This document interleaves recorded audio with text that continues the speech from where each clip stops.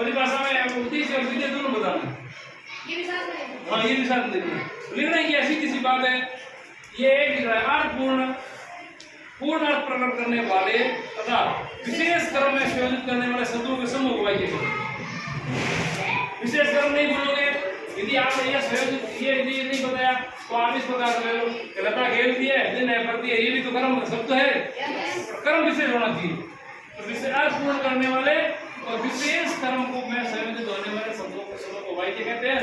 वास्तव में बोलने और लिखने के अभी पूरे अभिप्राय को जो प्रकट कर रहा है कोई समूह है जो वाक्य कहलाता है। जैसे लता पड़ती खेलती है, तो इसमें पूरा है।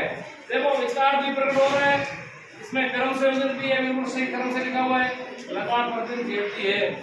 अब वाक्य के दो होंगे, कितने हैं? दो। जैसे शब्द है ना, राम पढ़ता है, राम पुस्तक पढ़ता है, इसको दो भागों में बांट दिया। क्या बांटा? एक तो है उद्देश्य और एक विधेय। प्रत्येक वाक्य के दो अर्थ बने, उद्देश्य और विधेय। ये ध्यान रखना। उद्देश्य कौन है? देखो नहीं, उद्देश्य जिस व्यक्ति या वस्तु के समुद्र में कुछ कहा गया है। जैसे राम पढ़ता है तो राम के विषय में कहा गया है, सीता दौड़ती है तो सीता के विषय में कहा गया है, रमेश कहता है तो रमेश के विषय में कहा गया है।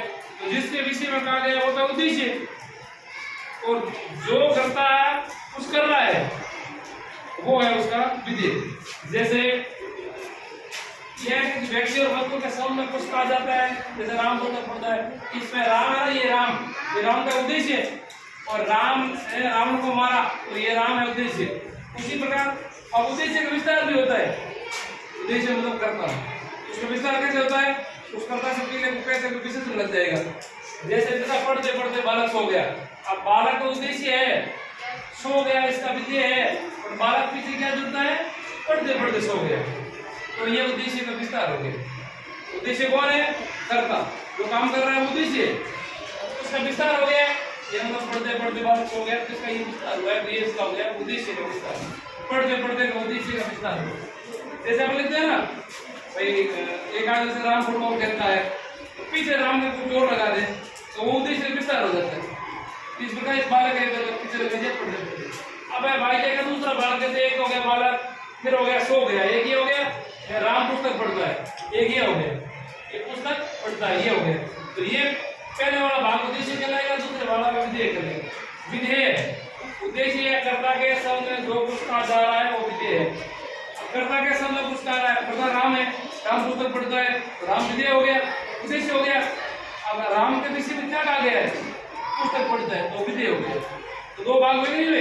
क्या हुए? एक हो गया उद्देश्य, एक हो गया विधेय। उद्देश्य किसे बोलते हैं?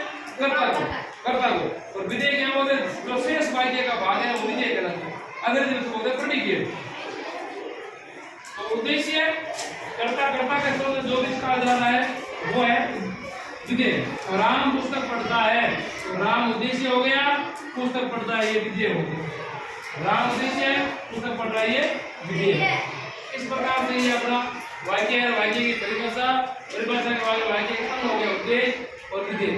उद्देश्य का मतलब है कर्ता के विषय में जो कहा रहा है वो उद्देश्य है, और विधेय कर्ता के संबंध जो कुछ कहा जा रहा है वो विधेय।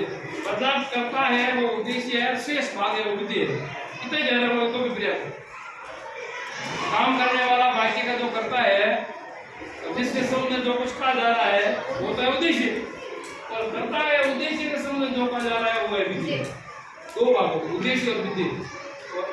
पूरा अर्थ प्रकट करने वाले और विशेष क्रम में संयोजित करने वाले शब्दों के समूह को वाक्य कहते हैं, या फिर साधारण बोलचाल में लिखने और बोलने की जो अभिप्राय है उसको स्पष्ट रूप से जो प्रकट कर दे उन्हीं शब्दों के समूह को वाक्य कहते हैं। ये वाक्य हो गया। ये उनका पढ़ेंगे वाक्य के भेद का मतलब प्रकार।